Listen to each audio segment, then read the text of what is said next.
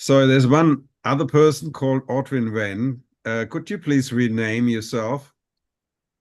This is happening because Juan Leo. Yeah, okay, here we go. All right. Ortwin, any last minute instructions? Do you want me to say a couple of words of welcome? Hello, Juan.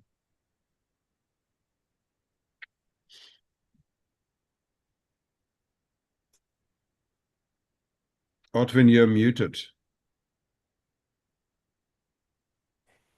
Yeah, now I'm not muted anymore, so you can hear me, hopefully.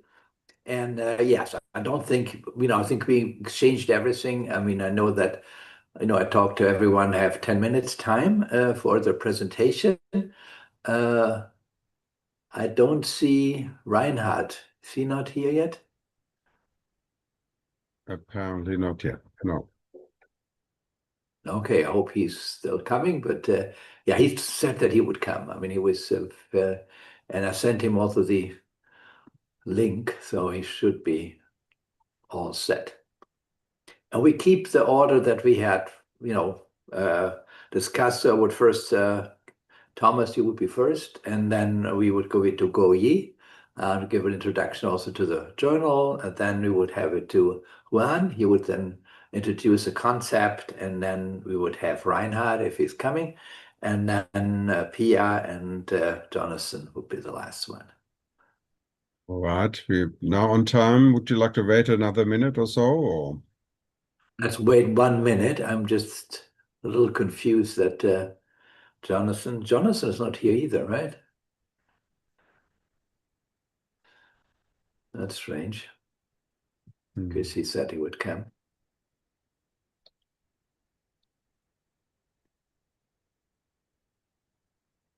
Okay. Well, first of all, welcome to everyone to this webinar, which is organized by EXTRA, and EXTRA stands for Existential Threats and Risks to All. And we are an initiative of the World Academy of Arts and Science. Our aim is to provide an information service, but also a community space for the community of people doing research and organizations doing research on existential risks. Ortwin will be chairing tonight, and he's organized this webinar.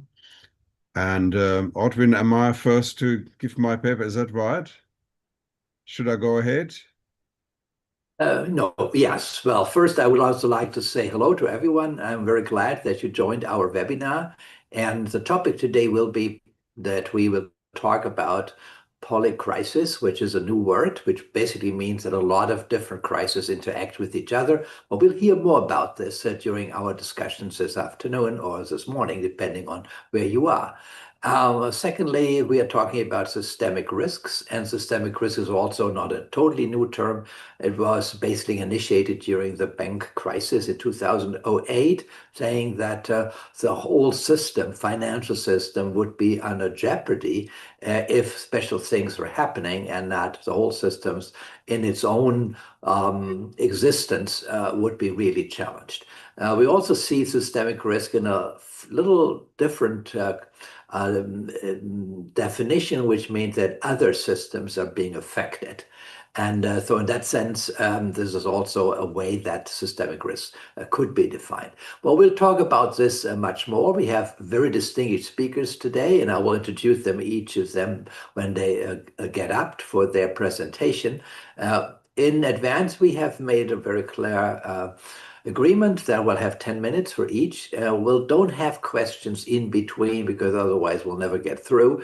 And we want to make sure that we are through in 90 minutes, as this seminar is being supposed to last. And we know everything which is lasting longer will lose all the participants. So we can be sure that we're going to stop at 3 p.m. my time, and whatever it is, 90 minutes from your time.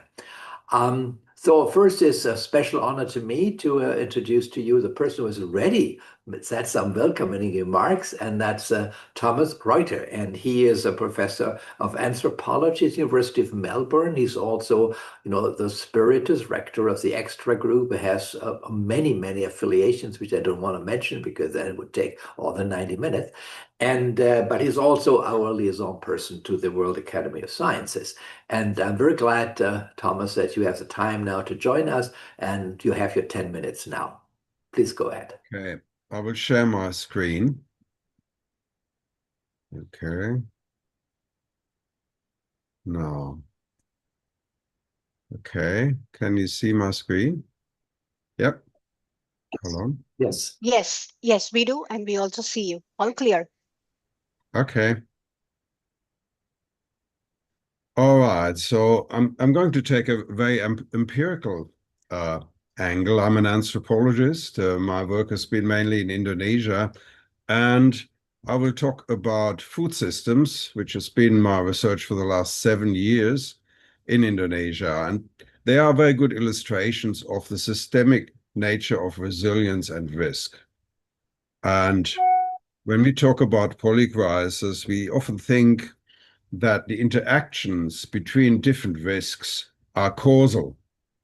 And in some of the latest reviews, I keep seeing this idea that, there's got to be a causal link.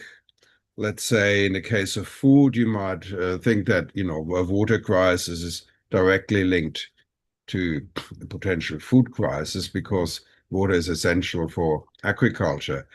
But it's not always that straightforward. Within a system, there are also connections between factors that independently affect the system as a whole, and that in that way they interact indirectly.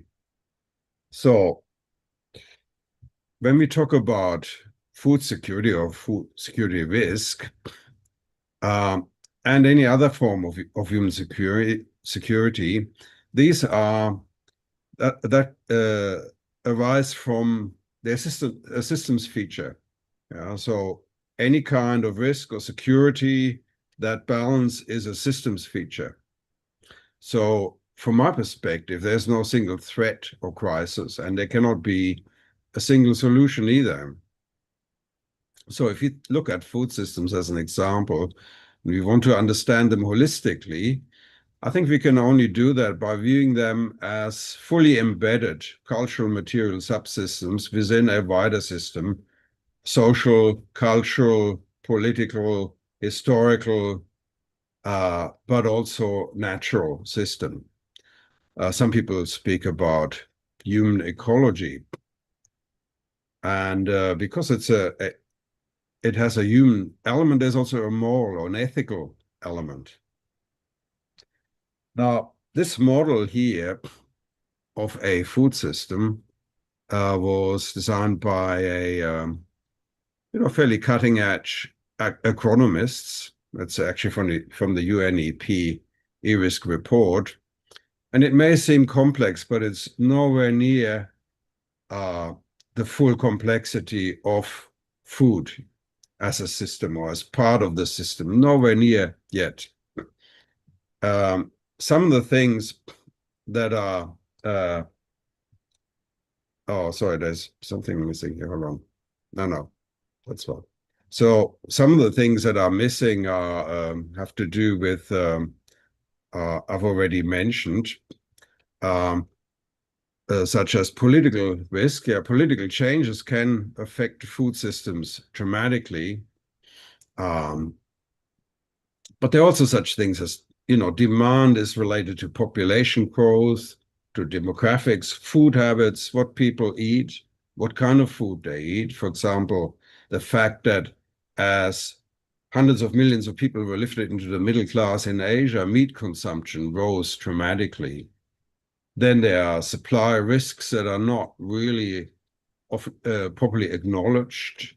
The natural limits of increasing yields with new varieties and fertilizers and all that, you can only push it so far. And then there are distribution risks, because we have market-based food systems that are not based on any kind of moral economy. And there are cultural changes. For example, there's a decline in the kind of farming that is socially responsible because nobody wants to do it. It's not profitable enough. It's too hard. Many people are leaving that profession. And of course, there are ecological risks. So somehow my slides are out of order. Now, what is the solution to the potential of a food crisis? And there are predictions that by 2050 we may have a 70% gap between demand and supply. And the question very much, and the policy answer to that problem very much depends on how we understand the system. Now, if you take the economists' point of view, you might want to trust in big agro. That means further market consolidation and further industrialization of food production with the occasional state intervention. But the other perspective is that small is beautiful, and that means putting our trust in small farmers, in family and community farming, which is morally responsible and embedded. Now, let's look at the facts. Well, first of all, this is a book I published last year with Craig McRae about small farmers in Indonesia, 7 years of research on that, looking at farmers' movements, their efforts to become sustainable. But this is the food system globally. And you can see there the massive consolidation of the market by just a handful of companies. There's just two companies, for example, control 80% of the wheat market. And this is the retail and processed food market. So there's kind of a market capture happening. There's also market manipulation by financial speculators who profit from volatility. And this kind of food that is produced predominantly by this system is basically unhealthy food, which leads to what is called the double burden of malnutrition. Some people being obese, and elsewhere in the world, people can't afford this kind of food, and they may suffer from malnutrition. And this is an example of state intervention in Indonesia, where this is, the state logistics agency Bulog floods the market with rice from its stores when the prices go too high. And that sounds all very good because they are helping, poor people, to have access to affordable rice, which is a staple in that country. But for the farmers, it's a disaster because it destroys the price for rice, and basically it makes their profession unsustainable economically. They cannot make a living. So state interventions often don't work very well. And the same also with international interventions or global food aid. The fact of the matter is that small farmers manage to feed 2/3 of the world with healthy food on less of a quarter of the arable land that is in use. Whereas corporate food, farming or big agro specializes on producing sugary and fatty foods and also biofuels. So in terms of resource use and also in terms of what is produced, small farmers really come out on top. And even the FAO has now recognized that. But small farmers at the same time, and also fishers, don't get the support they deserve from governments. All the subsidies go to the big businesses, or the lion's share. And here's an example on the right-hand side. You see that's a mass process by the National Farmers Association, SPI, in Indonesia. Now they're now mobilizing for change, and you can see very well there the effect of politics. This organization formed in 1998 when democracy returned to Indonesia after 32 years of military dictatorship under General Suharto, who the first thing he did, there was a genocide, and different estimates between 500,000 and 1 million people were killed, many of them farmer activists who had been pushing for land rights. And not until 1998 were these organizations able to reform. And of course, so the political conditions in the country affect the food system in indirect ways. So there are these interactions. So that was it. And on the left, there's just an example of what some of these farmers are doing. They're trying to grow food organically. They're very experimental. They're also using traditional knowledge and this strange combination of sometimes, high-tech social media-based marketing and traditional methods and modern organic methods are really quite effective. For example, the amount of rice they produce per hectare very much matches that of the most highly bred hybrid rice varieties, and it does so without the need of chemical fertilizers or pesticides. Okay, that's all I wanted to say, just as an example of the systemic nature of risks, but also of resilience when it comes to different areas. And it's not that like that only for food, but also in other areas.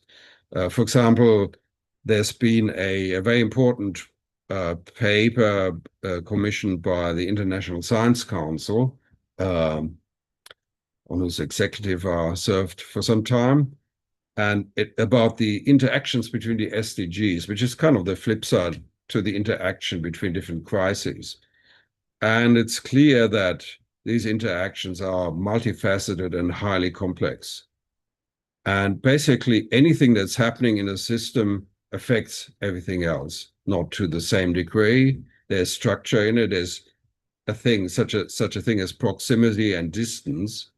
But overall, anything that negatively affects the system contributes to its overall state of crisis. So if you have problems, you have fires burning in different corners of the house, the whole house is affected. And it doesn't need to be directly causally related. That was my Well, thank you very much, I'm done. Thomas. That's all. Yes, I know. We've said around 10 minutes, and I want to be sure that we keep on time so that the last person has also the 10 minutes that we allotted to everyone. As I said, we will not discuss each of the issues. So if you have a question, I know that there are more than 30 people listening to us. Just, write a note or something, and then later on we have 25 minutes for discussion, and then we can come back to this very interesting topic of embedded systems. One is embedded in the next one, even if they're not causally connected. But now I would like to introduce to you Guyi Han, and he is affiliated with the Stockholm Environment Institute, but also with the Normal University in Beijing, where I got to know him, and he would also like to tell you something specifically about the special issue on polycrisis and systemic risk. Guyi, the floor is yours.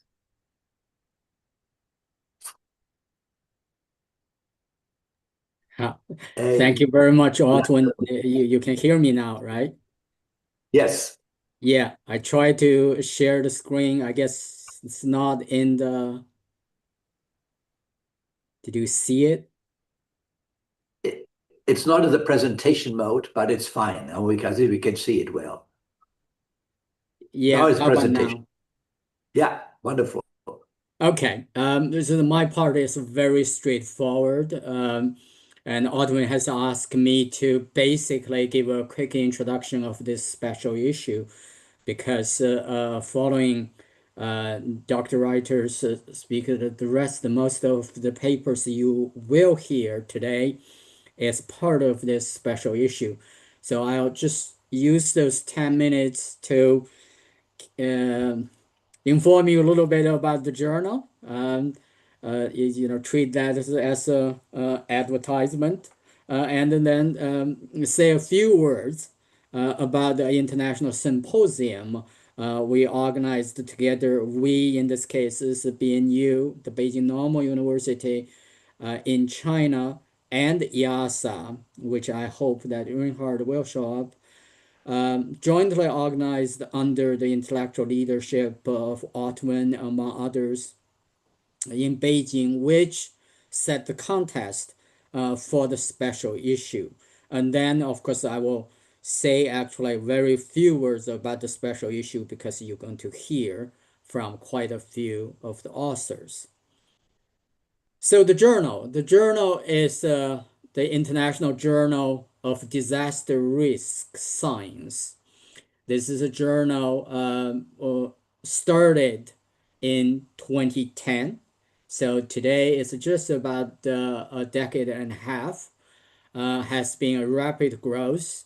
It was indexed 2015, and today is among one of the key peer journals in the broader field of hazard risk and disasters. Without saying too much words, you have the link there. If you're familiar with the journal, it's all good. Otherwise, please check the journal out.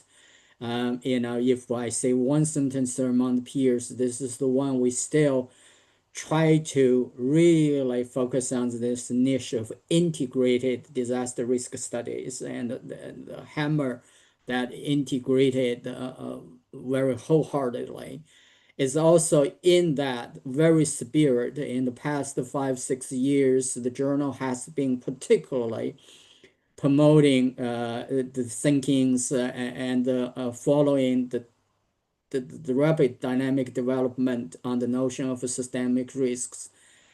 You can see Otwin is there as our chair of the board on the international side. So now this symposium.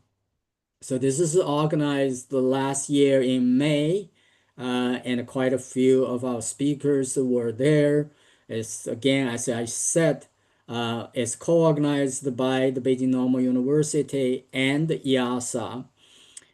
So there was 2 days of intensive discussion. We had quite a few keynotes, and then in terms of the major thematics, we picked the climate risk as well as the demographic, which is not represented today, but or even not so much in that special issue, but the demographic one, particularly in the Chinese context at that time, we were selected as 2 of those examples, but it's also, of course, major implications, both climate and then focused on the policy implications, as well as the method modeling, so on and so forth. So that was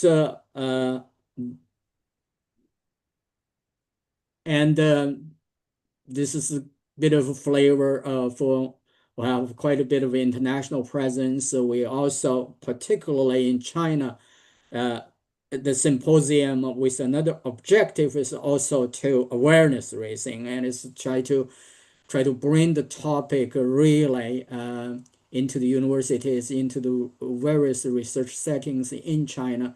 So for that, we have really from 20+ universities, institutions in China attended that symposium. I will not go through this for this audience. Perhaps people are well familiar with those, but again, is this set of needs we say that is related to the systemic nature.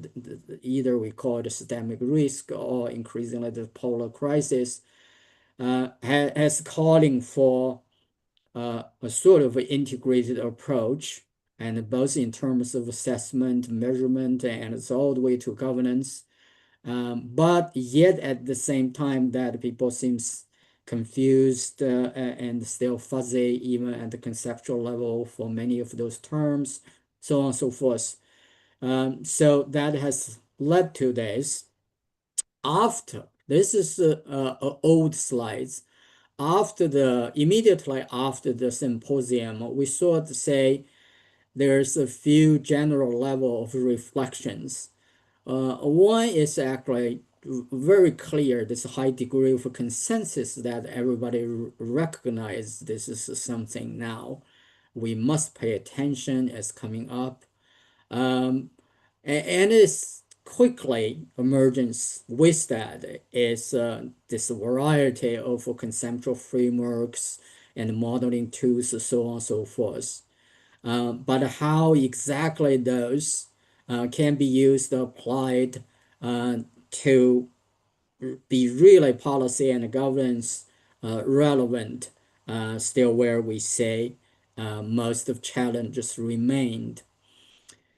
So, and that has, of course, led to this special issue, which we started to immediately organize after the symposium, and fully came online. Some available was much earlier, others later, but the whole issue made available August this year. I think I have a link there, which you can click. It's fully downloadable. Everything is open access.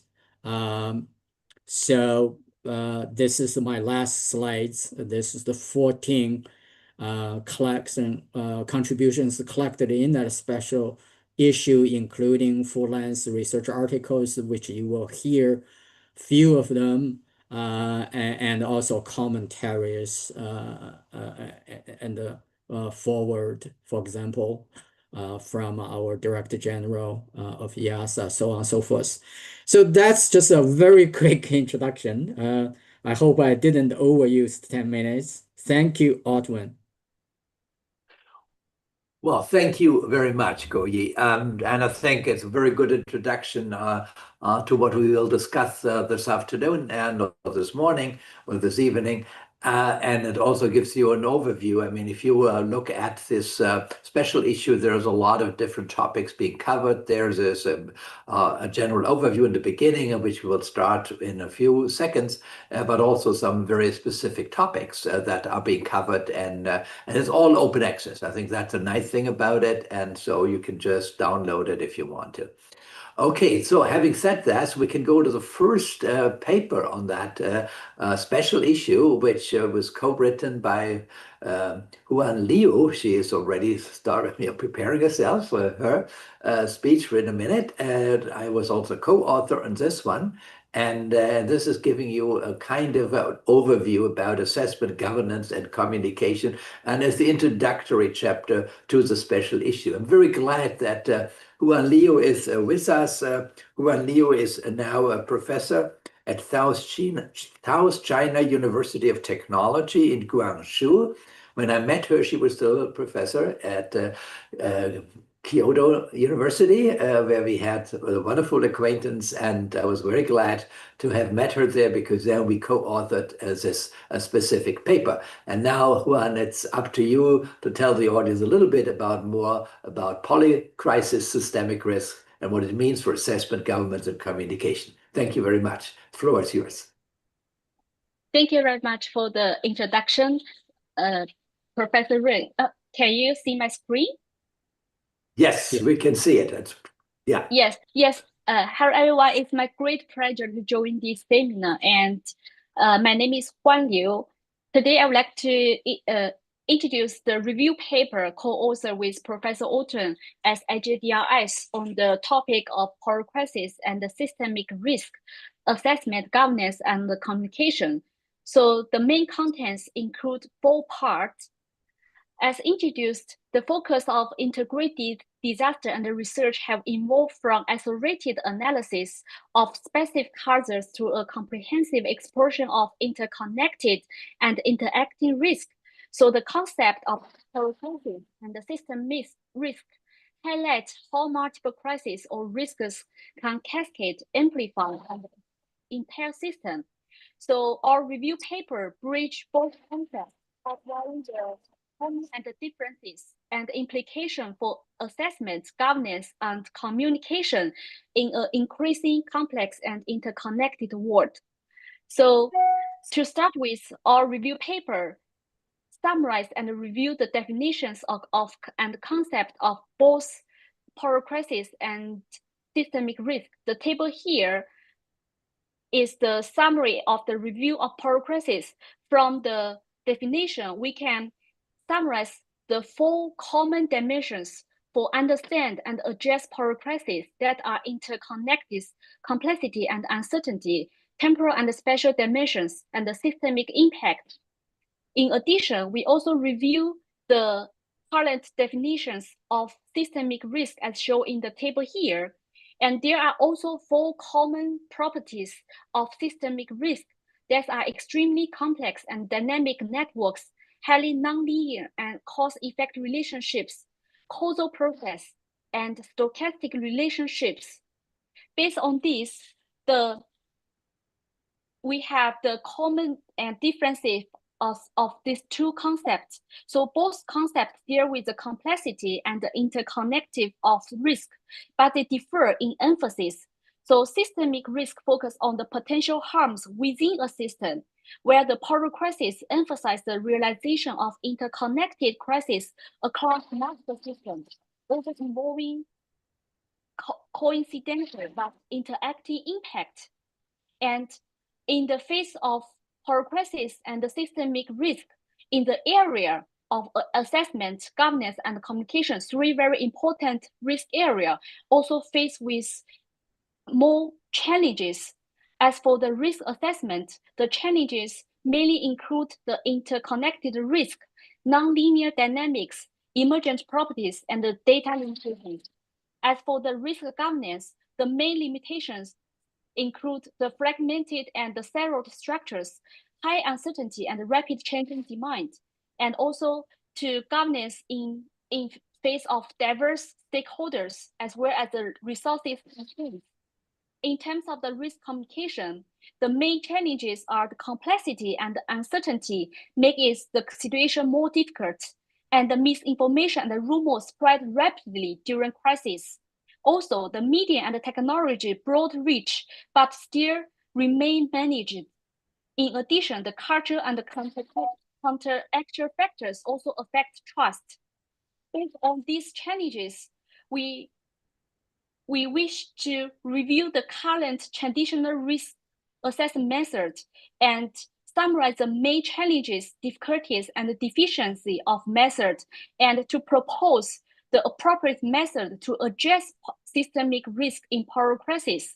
So the first part is the assessment of polycrisis risk, systemic risk in polycrisis.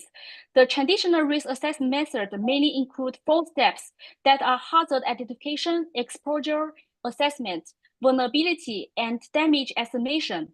They can well handle single risk estimation. However, in face of systemic risk in polycrisis, it's often ignored. It's difficult to address the interdependency between risk and ignore the dynamics of cascading and amplifying impact. In addition, it's usually overlooked the structure and the properties of counterfactual factors, as well as face the data limitations. Then to address those challenges, we summarize and review the current theory, 3 types of theories, and summarize appropriate tools for systemic risk. The 3 types of theories are based complexity science, resilience theory, and network theory, and then propose 6 types of tools, including agent-based models, system dynamic modeling, network models, stress testing, statistic and machine learning method, and AI. Then the second part is the governance of systemic risk. The current main method include both quantitative tools, including risk assessment, scenario analysis, value at risk, cost-effective, and multiple criteria decision-making. And those current methods can provide structure and transparency results and also enable communicating. However, in face with systemic risk in polycrisis, they also face different types of challenges, including the limits of quantification and cost-effect assessment, the end list of black swans, and plurality of knowledge claims and assessment. In addition, the control intuitive implications and also institutional errors. In addition, the limits of trial and error learning model. Then how to cope with those challenges and difficulties. We have then summarized and reviewed three types of governance principles. The first one is the cooperative governance. The main focus include the cross-agency and cross-sector cooperation and institutional structures. And the second is integrative governance. The main emphasis is the trans-sector impact assessment and value-based evidence-informed trade-offs. The third is inclusive governance, include stakeholder and community engagement, and emphasize integrating scientific and local knowledge. In addition, demographic likenesses through dialogue. And also, we have summarized the three types of resilience-based management tools for risk governance, including stress testing, reverse stress testing, and black swan scenarios. The third part is the systemic risk communications. And the stage of risk communications have been evolved from expert to public education to persuasion and the dialogue-based approach. Those risk communication methods is majority based on one way and expert-driven, inform-based, and however, its lack of dialogue and trust. And some of the theoretic appear, but implementation presents significant challenges. To deal with overcome those challenges, we summarize two-way trust-based inclusive communication for systemic risk mainly include four functions that are elementary function, trust building function, co-determination function, dialogue function. And with those effective countermeasures, the risk communication could move from transmission of information to co-production of meaning and action. So this comes to the end of the conclusion and discussions of the review paper. We have derived the concept of systemic risk and polycrisis and the common features for these two concepts. And we emphasize the implications for risk assessment, governance, and communication from three dimensions. We review the traditional approach, their challenges and difficulties, and the need to address systemic risk in polycrisis. For the study of polycrisis and systems risk is a rapid evolving field. So future research is essential to refine existing theory, validate proposed framework, and translate academic insights into practical tools for risk management and governance. So this is basically for the whole main idea we have presented in the review paper, and a project for the due to time limitation, I cannot go through into details. So any comments and feedback are very welcome. That's all my presentation. Thank you very much. Well, thank you very much. Well, I mean, it's really a miracle that you put in 20 pages in 10 minutes and I still didn't lose any of this most relevant information. And I think it would be great if you were willing to share the slides with our audience maybe later on, because I think we need to review that. It's very great that you have done this, and I think it's a very good summary of the whole field.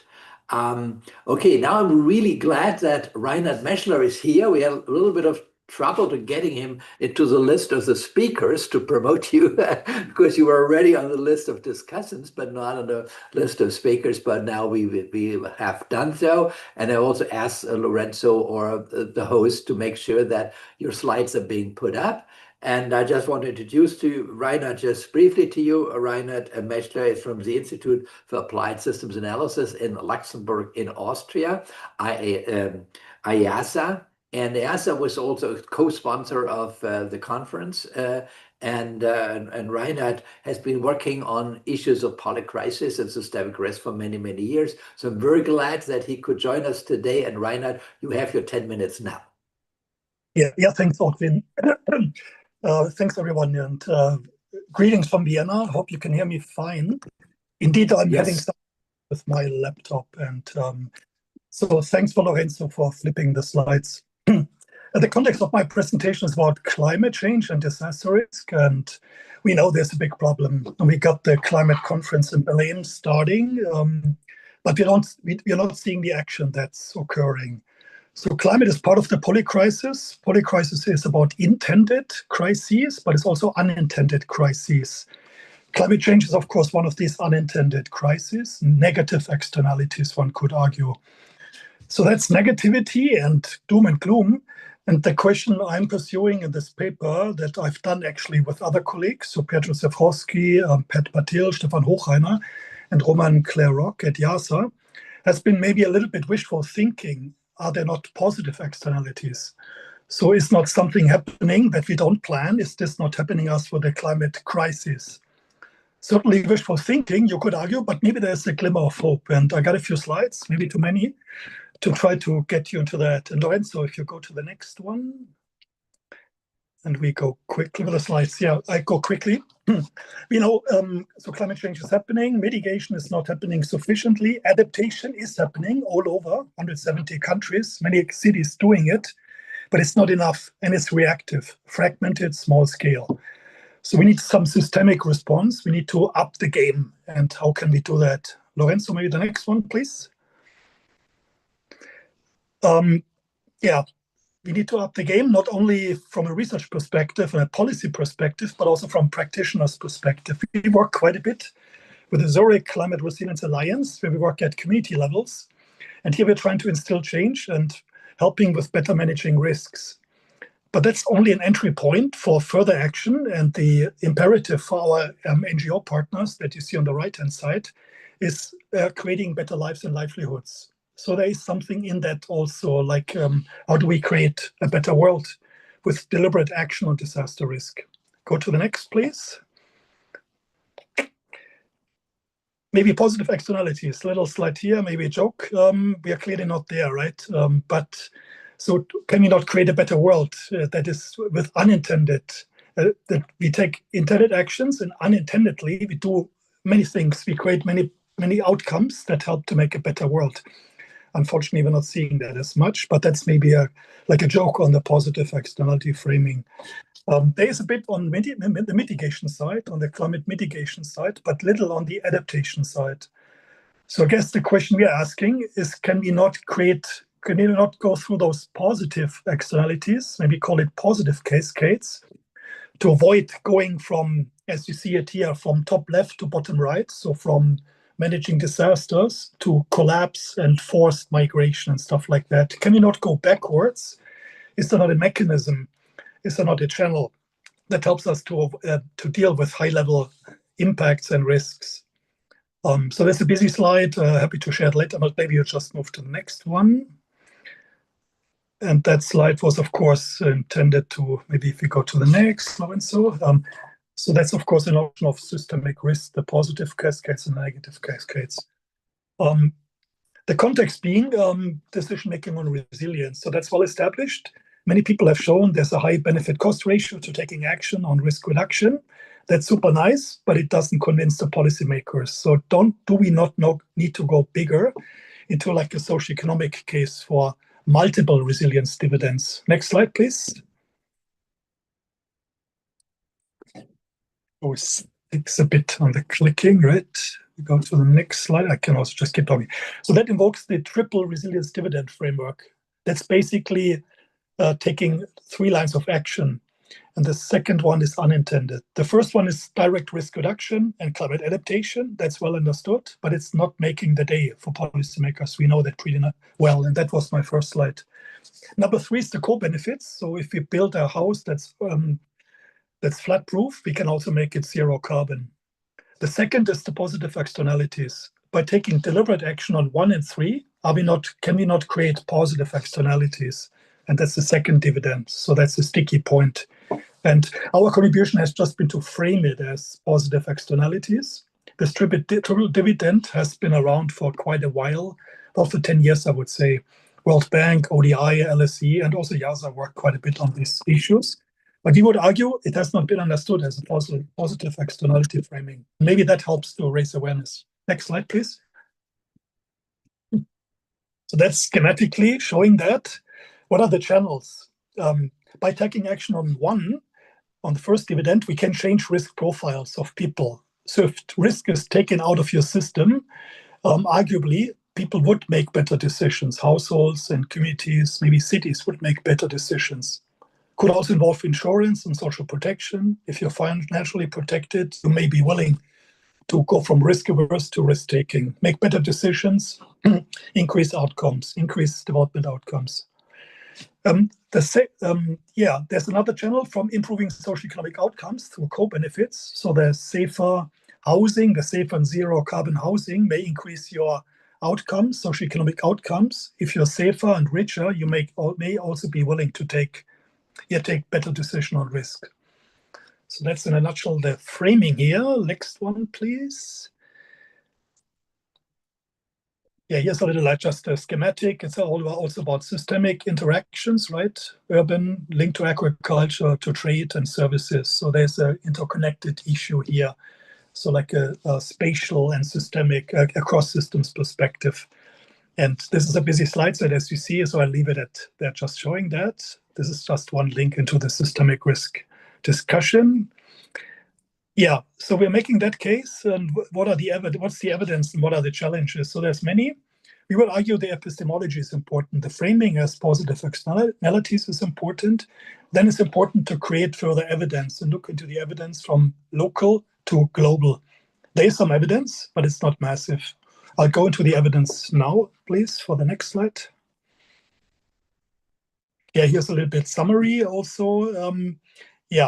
Particularly the second is important. The second, so the unintended consequences to positive externalities. We see some changes in output of a local economy, a community, after resilience-enhancing measures have been implemented. There's national and global modeling that we like to do at YASA that also shows that within economic models. If you work on carbon emissions, on adaptation, outcomes may also increase over time. But that's within models. That's maybe not the reality. So there's some stuff, and let me just make it a bit more concrete in the next slide. Yeah, this one, if we have a paper where we look globally, do we see the triple dividends? So it's more qualitative stuff. Next slide, please. I worked a bit with colleagues, practical action in the Karnali Basin in Nepal, really locally on the ground, on risk reduction in the context of flood risk. Next one, please. Sorry, it's a lot of slides. What's happening here, small scale, hard and soft, people-centered actions are being taken. That's risk reduction and co-benefit risk reduction. Next one, please. Speed sliding here, thanks. Yeah, but biodikes are being set up. These biodikes, also those rattan is being produced by local farmers, and there's women-led self-help groups. So there's some unintended socioeconomic positive dividends happening. And this community that was forced out 10 years back out of this rivershed, where the river course is changing, it came back with the support of practical action. People moved back to where they were forced out, because there was a set of soft and hard actions taken, nature-based solutions, and outcome-enhancing measures with the biodikes taken. So one could argue that's the case of positive externalities and the positive dividends. A really local, and here only shown by some photos, a case that shows that something like this may be possible. Next one, please. Yeah, the World Resource Institute with the World Bank has done a big review to try also to shed light on this. Do we see the numbers, these triple dividend numbers? If you go to the next slide. And indeed, there is something here. The red bar is the second dividend. So that's the share of the dividends in the total dividend per different sectors. The red one is the second dividend. So indeed, it pops up. It's not small. It's actually quite considerable. Let's go to the next. summary here, quick summary. So there's a systemic underinvestment in the disaster and climate space. The triple dividend framework has been around for 10 years since Sendai and Paris. It's this positive externality framing, and we're seeing some high returns on investment. There's many issues here. It's local evidence that I've shown, and then the evidence in numbers, the quantitative evidence I've shown. This is pre-event appraisal work, so that's not looking after the fact, after investments have been done, projects have been implemented, so that also needs to happen. And further awareness and attention to the channels of this positive externalities is needed to really bring it home. So maybe it's a bit wishful thinking, maybe it's more, I think it's more, and it will merit some further discussion. Sorry for those many slides and being not able to flip it myself. Look forward to the discussion. Thanks. Well, thank you very much, Ryan. And I think we got the message, and I think that this issue of triple benefits and specifically co-benefits that go along with some of these measures is a very, very convincing argument also for getting people online that do not believe in climate change, but would believe in co-benefits. I think that's a very important element.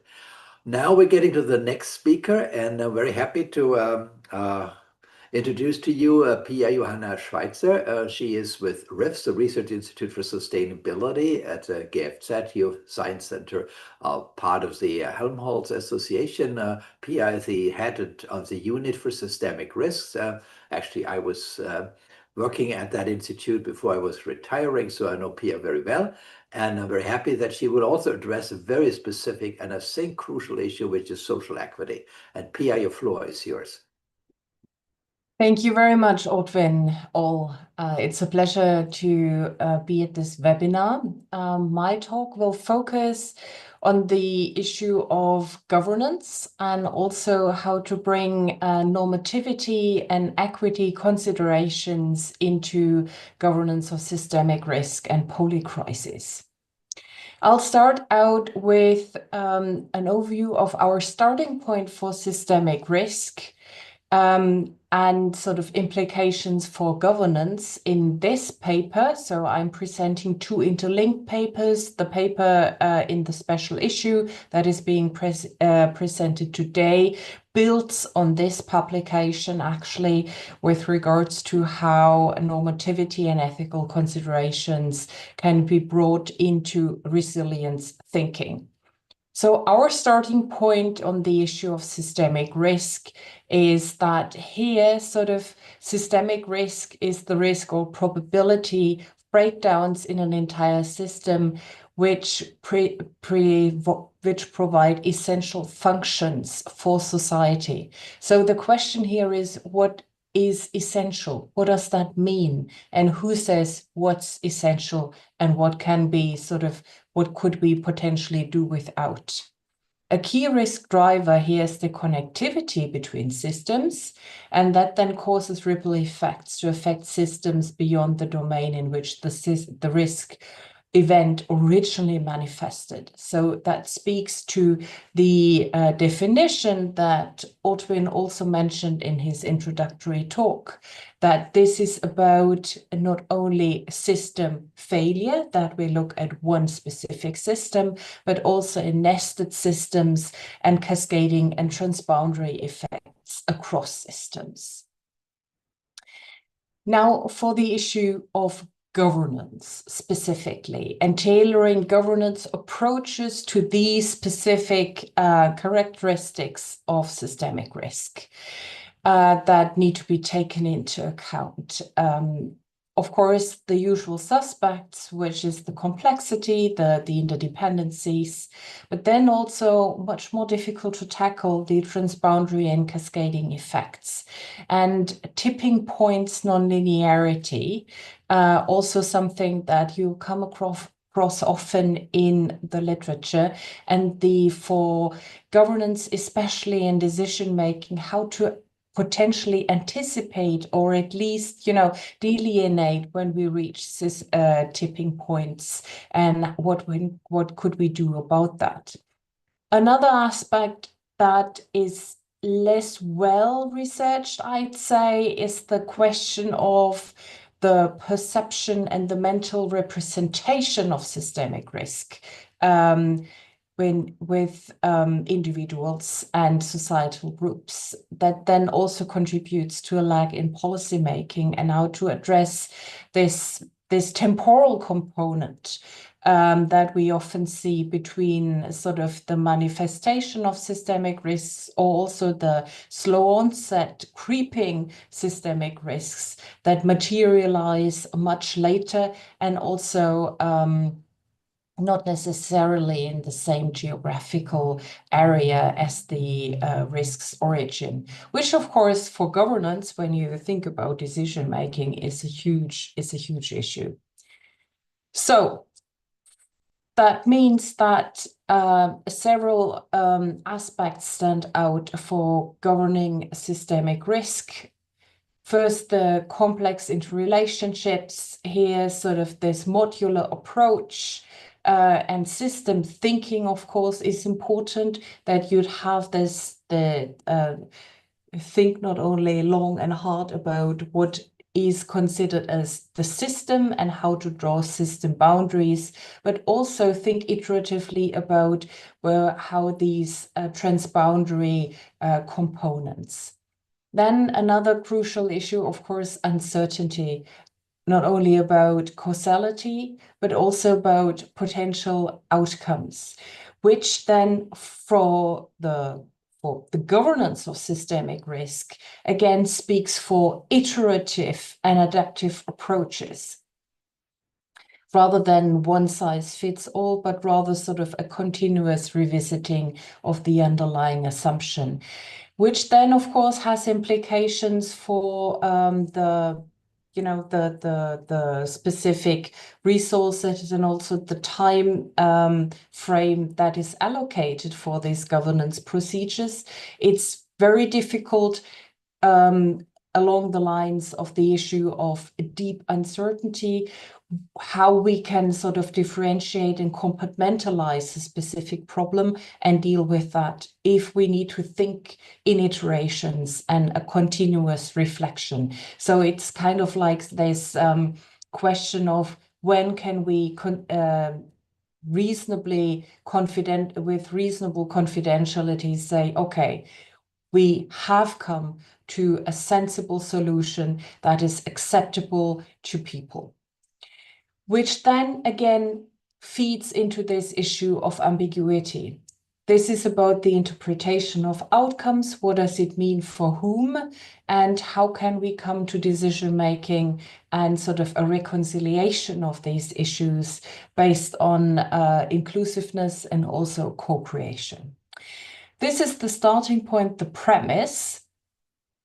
And in our research, our paper, we said that, okay, we need basically two aspects. One, targeted towards the analysis.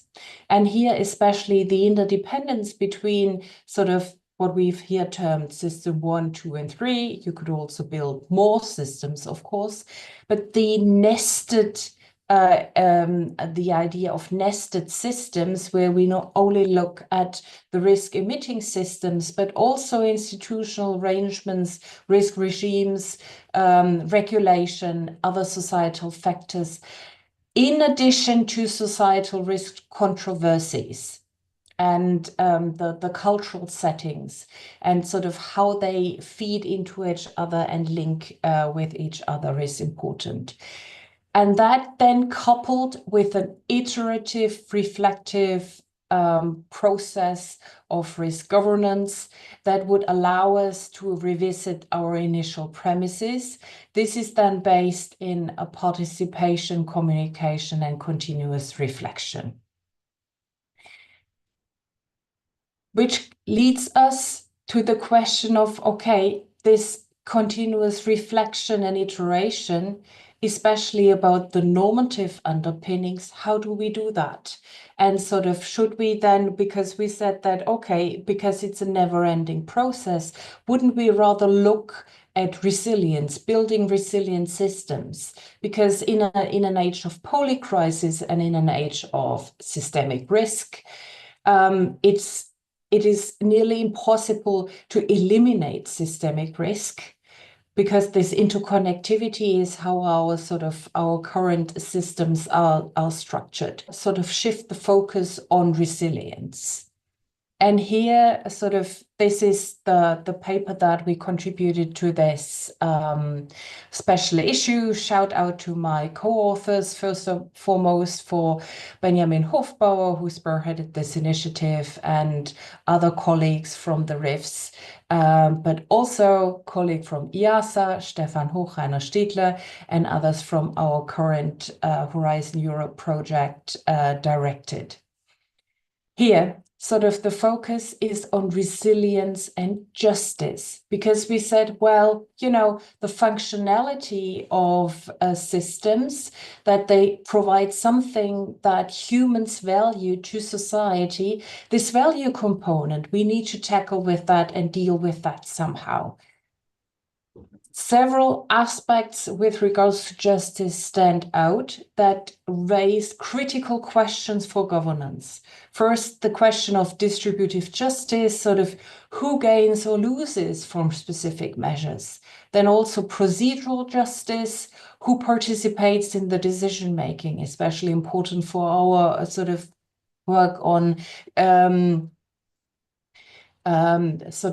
conceptualizing governance processes. But then also the question of recognitional justice.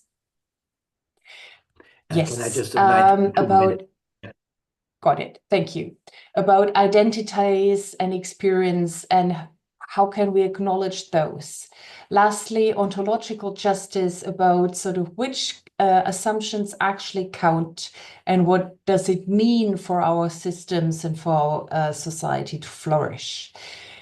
Empirical evidence, how we deployed that in the question of adaptive governance for flood risk management. Here, we expose especially value tensions with regards to economic recovery, but then also the flip side, the ecological restoration. All of these raise question of social equity and reconciling short-term with long-term transformations. In a nutshell, it means that we need ethically informed systemic resilience that is embedded in moral reflection and also system thinking, and governance approaches that embrace ambiguous values. So that's my last slide. The key takeaway message here being that resilience and justice are mutually constitutive, and we need an integrative mode that unites system thinking, the analysis of systemic risk and polycrisis with ethical reflections in iterative and adaptive governance procedures. Thank you very much. I'll stop here. All right. Well, thank you very much, Pierre. Also, I know this was a lot to cover, and thank you for keeping the 10-minute limit. Now we got finally our last speaker, who is not a part of the authors of the special issue, which of course is unfortunate, but nevertheless, but we wanted to have one outsider who has been extremely engaged in this topic and also involved in another special issue. And he is from PIC, that's the Potsdam Institute for Climate Impact Research, and is also directing a unit there, which goes with Earth resilience specifically. And I'm very happy that Jonathan is here, Jonathan Donges, and he will also talk to us about the modeling assignments and also what this can help us in order to deal with polycrisis. Jonathan, the floor is yours. Okay, thank you, Ortwin, and hello, everyone. Thank you for inviting me. Let's get this started. I hope you can see. Yes, we can see it well. Yeah. Good. So, you already introduced me. I should say I'm a physicist by training, so and Earth system scientist. So I come from this from a bit of a different angle, I think, than most others here, but I think it's nicely complementary. So I will cover different aspects of work that I think are relevant to this issue that we've been doing, and to give you some background from the Earth system and the the work on planetary boundaries is key in informing how a destabilization of key Earth system processes also contributes to global systemic risks and the polycrisis. So this is a recent assessment on the status of the planetary boundaries, so the degree to which the Earth system has been pushed out of the safe operating space of the Holocene, and it now turns out that 7 out of 9 planetary boundaries are already transgressed. So we're entering a high risk zone in terms of planetary boundary transgressions now. And one important implication of this is that the risk of triggering tipping dynamics in the climate system, and particularly also tipping cascades, where one nonlinear transition of, for example, the Greenland ice sheet can trigger another transition, for example, of the AMOC, the North Atlantic Ocean Circulation System, and then maybe even the Amazon rainforest. So these cascading transitions are being increasingly a topic of concern, but also of scientific scrutiny. So we're developing models of different levels of complexity to assess these types of cascading transitions and associated risks. And the Global Tipping Points report that was recently published just three weeks ago or so contains a lot of new information on this. So I'd like to point you to this. There's also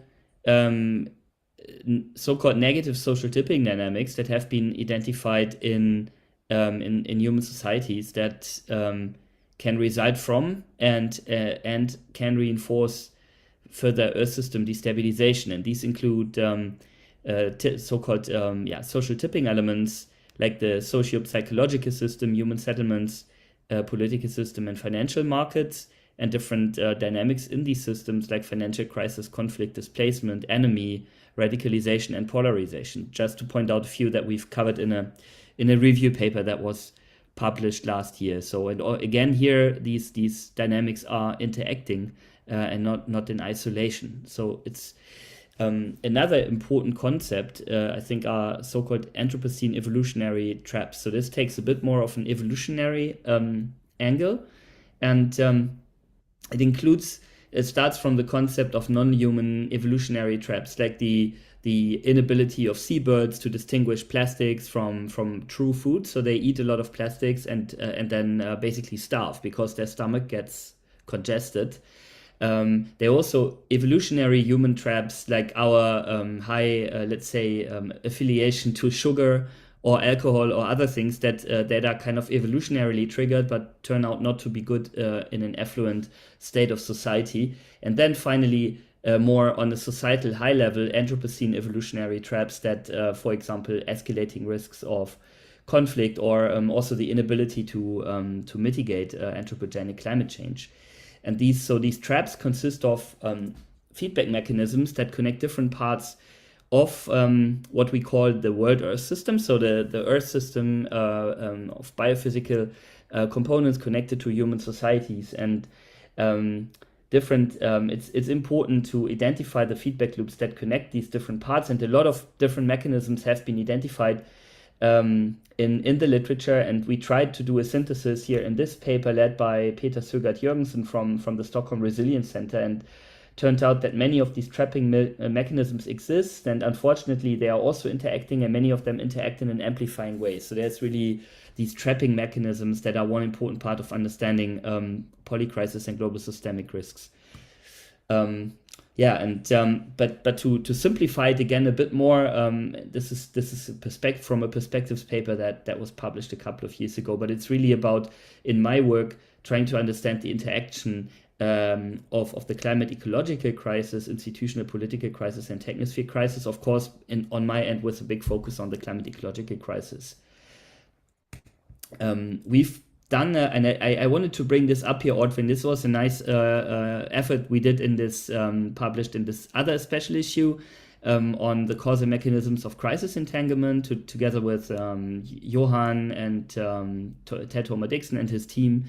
And the important point here is that we can provide a clear definition of a global polycrisis. So it's about the causal entanglement of crisis in multiple global systems in ways that significantly degrade humanity's prospects to develop to a sustainable, equitable, prosperous development. And there are different systems, again, here on the right-hand side, can be identified in both society, economy, and the ecosystems.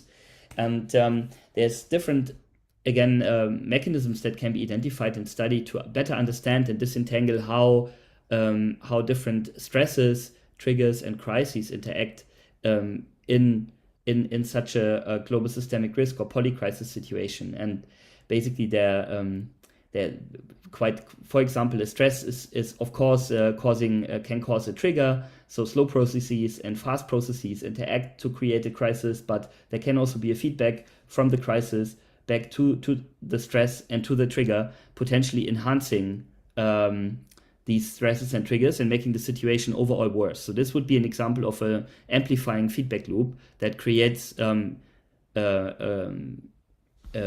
stress situation where the system gets deeper into a polycrisis or into a trap. So yeah, the key mechanisms are can be these common stresses where the same stress, like anthropogenic climate change, greenhouse gas emissions, acts on different systems at the same time. It can be domino effects, like in these tipping interactions that I mentioned, and it can also be intersystemic feedbacks where there's really then a feedback back from this crisis situation to the cause of the crisis situation.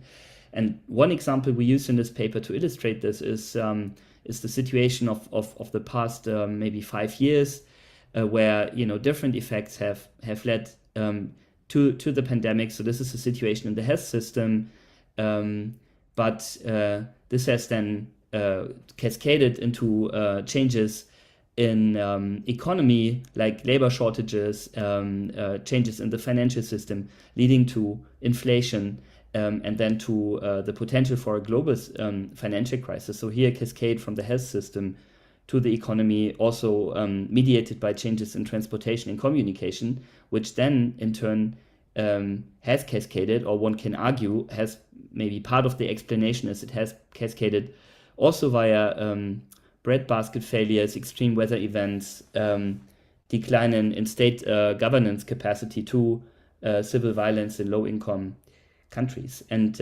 other security issues like the wars in Ukraine, Russia, for example, can also play into this. So this framework provides quite a nice way of dissecting such a situation and identifying relevant cascading effects and feedbacks. And this is then what you can get to a next level of analysis when taking this from a time axis to a feedback perspective. So this is a causal loop diagram that shows how parts of this polycrisis situation can even reinforce each other. So just let me show you one example where extreme weather events here on the bottom of the figure can lead to civil violence and interstate war, or at least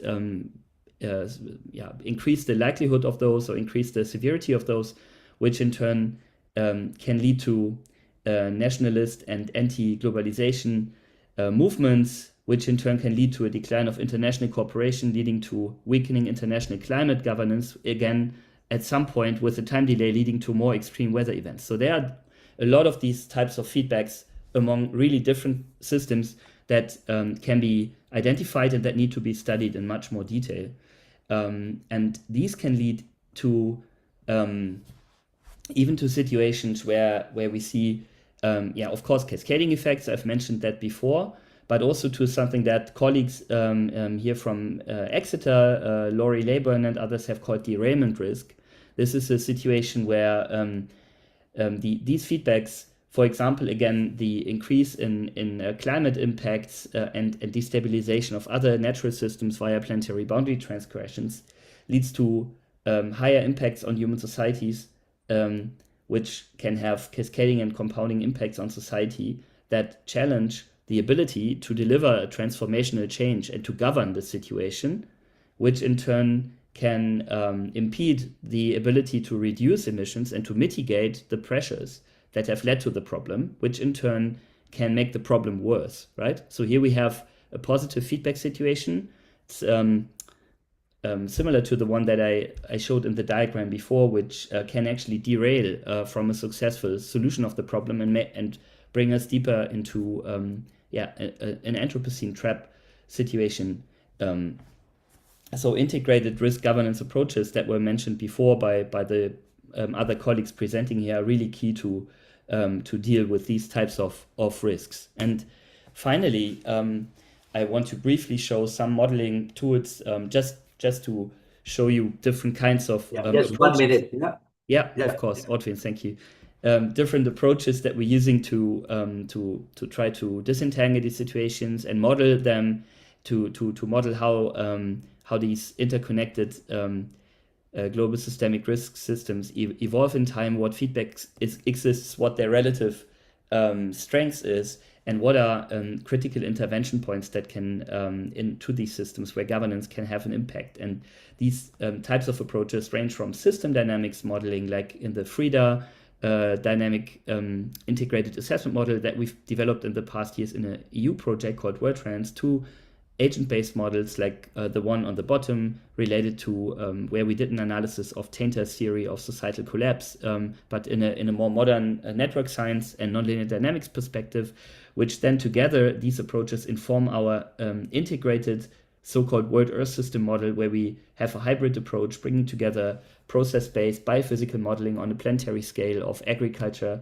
of the biosphere, of climate, with agent-based modeling of land use and of governance and other factors that together at least represent part of the situation that where we would want to study global systemic risks and polycrisis. And we are now also looking at these tools a lot from the perspective of global systemic risks and polycrisis. So expect more on this in the future. I mean, main conclusions, I think this is it's really important to look at crisis interactions and system interactions, not on isolated crises and events. It's important to look at the architecture and of the feedbacks that connect these systems in the Earth system and ecology, in economic and societal components of the system, and not just at single events like the pandemic just as such, but you have to look at it in the system architecture way, and then to use this knowledge and the modeling tools and also empirical analysis integrated with that to identify and exploit intervention points, and sometimes also called positive social tipping points. Thank you.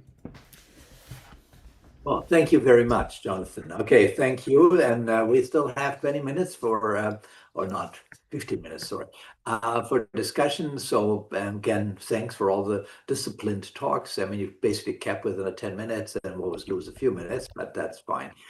I looked into the questions and answer period. There was one question which I think was more technical. I tried to answer it, but we can of course address it here. But if any of the audience here, we have around 30 people in the audience, has any question, I think the best thing is to put it in the question and answer chat box, and then we can address it directly. Before that's happening, I would like to ask all of our panelists a question, and the question would be, if you had 10 minutes with your prime minister in your specific country, and you had 10 minutes to give him a good advice of how to deal with polycrisis and systemic risk, what would be your primary advice? And you only have 10 minutes. Well, you don't have 10 minutes. You have 2 minutes because otherwise you run out of time.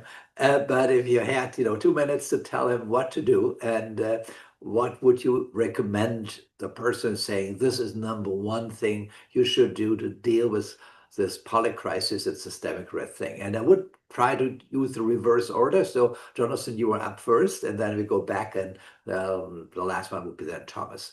Okay, Jonathan, what would you tell to, with whatever, the German chancellor would be in that case, who is now in Brazil right now. So he might be happy to get an advice from you. This is, of course, a challenging task, but maybe very simply, I would really encourage him to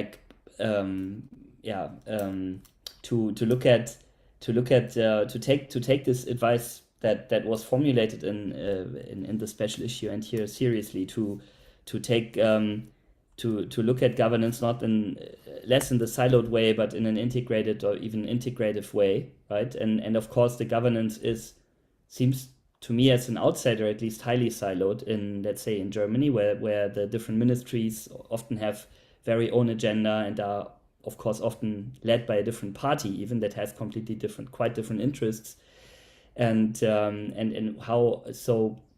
there needs to be some top-down management to get to this more integrative approach, and to take risk assessment and the precautionary principle really seriously, and to devise a way, okay, how if such risks are identified, what can be done to increase resilience, also with a more longer term perspective. I know this is really, really hard, but many of the problems that we have that are hard to solve reside from a very short term perspective of these policymakers, just in 2 or 4 year cycles, at least here in the West. So maybe not sure what can be done about this, but that would be some advice to try to change it. Yeah, well, to think about long-term thinking. We have two, not really questions, comments in the question and answer period, and I would like the next ones also to think about. The one is technology the problem or the solution? And the second one, how can we avoid wishful thinking in the policy-making sense? So Pia, it's now your turn. Maybe you can also say something about the role of technology and illusions in politics. Yeah, so my advice would be to also on this issue of avoiding wishful thinking is that we first of all acknowledge the plurality of values.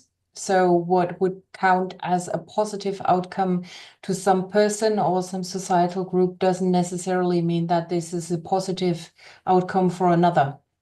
So by identifying these leverage points and positive tipping points, this is something that we also need to consider and build the governance procedures to cater for these diverging values.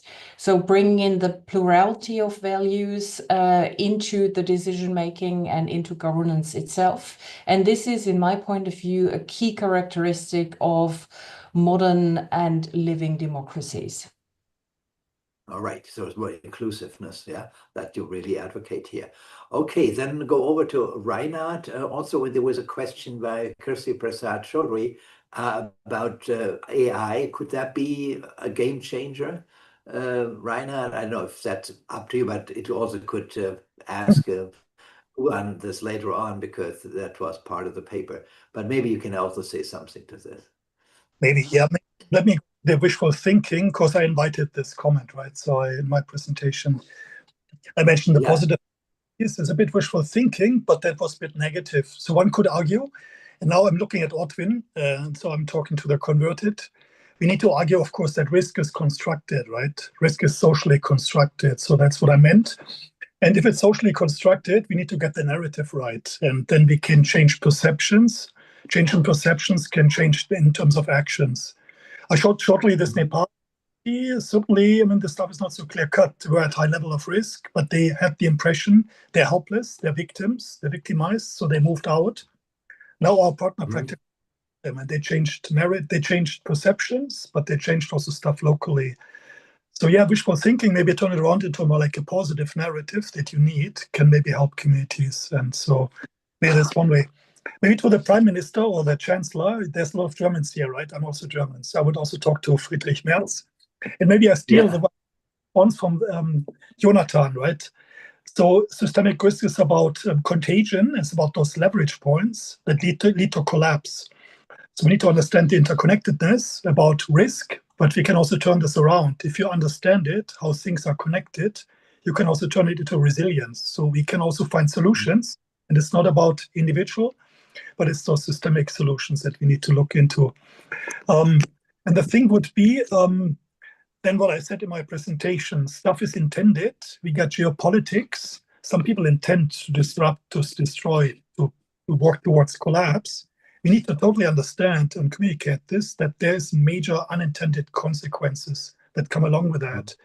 We can turn those around, right? And then we need to act on that. And I think that's probably important to understand that there's systemic downside cascades. And that has long-term implications. Can we not turn this around and turn it into something positive? Maybe with framing, but certainly also with action. If I ever met Friedrich Merz. So yeah, let's see. All right, that's great. Yeah, turn risk into opportunities. Yeah, that would be a possibility to really, get people maybe more enthusiast about changes and transformations. Okay, well, now it's your turn. What would you say to your, well, whatever, prime minister or chief of the party? I know that there are some differences there, but well, what would be your advice? Yes, so from my perspective, my first recommendation would be to enhance the adaptive capacity during the crisis, because like in China, a lot different city and to design their own local system policy that's able to fit for the unique geographic and economic vulnerability would be very important to deal with the systemic risk to enhance the adaptive capacity. And also like to, as mentioned in the review paper, to improve the social trust, to shift to the trust building dialogue and co-determination model to manage the deep uncertainty and prevent pandemic and secure public. Yes, that would be my recommendations. Well, I hope he will invite you so you get that message across. Yeah. Okay. Now, Gui, what would be your? I don't know if you want to have the Swedish or the Chinese. You can choose. I don't think that either Prime Minister China or Sweden will listen to me, but if I Well, they get a should. moment with them, actually, since I'm working for SGI, I just convince them to give some money for us to do some imagination of the risk scenarios. I think if I'm the leader of those countries, I think I got inspiration from you. I still think this vital stress test of the vital systems, however we define those, are increasingly should be considered. And in order to do those stress tests, we do need to imagine the risk scenarios. And now with combined with that technology, good, bad, one of the good things, for example, AI, I think is opens a whole lots of qualitatively different capacities to do those imagination, what could happen, and then select those to test the stress test, so on and so forth. Who knows? Maybe that's convinced them to give a little money. Well, thank you very much, Gui. Before I hand it now to Thomas, I would think because we are actually approaching the end of this webinar, and Thomas should have the last word anyway. So just think a little bit about what you're going to say, Thomas. I would like to thank everyone here, specifically the panelists. I think it was very instructive, at least for me. I hope that you all would be consultants to your governments because you have so much to say. And I think we got a very rich picture about polycrisis and systemic risks. We could not answer all the questions. I see there's something on cyber risks there. I think one of the major issues that I would start to emphasize is that we need to have a good balance between regulation, markets, social inclusion, and ethical behavior. If we find a good balance between those four, so we need the efficiency of the market, we need the effectiveness of regulation, we do need the fairness of civil society, and we do need the moral approach of ethics. If we can combine those four and make it all of them productive, that could be a way forward. I know that may be wishful thinking, but at least it's good to have an idealistic view about what should be done. Anyway, I think I also want to thank all the listeners. We had 33 at some point. Well, we lost a few one at the end, but that's normal. Again, thank you for your patience, also for your questions. I hope we addressed some of them, and definitely hope we'll be seeing all of you again at our next webinar. And with this, I would like to hand over to Thomas first to give us his best advice for his government in Australia. Although I know he's German too, so but don't talk to Merz again. Maybe to your Australian government, and also to finalize this seminar. Thomas, the word is yours. Okay, thank you, Ortwin, first of all, for organizing and bringing this very interesting group of experts together. And well, my advice would be pretty much in line with what Pia said before. I think social justice is very important. Democracy is extremely important.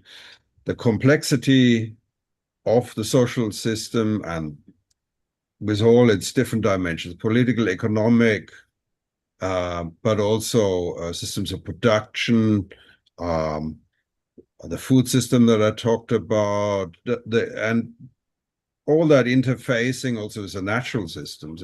It's immensely complex, and it's impossible for anyone to completely have an overview of all that is relevant in decision making. And democracy means that you listen to all the stakeholders, to all the people who are affected by decisions.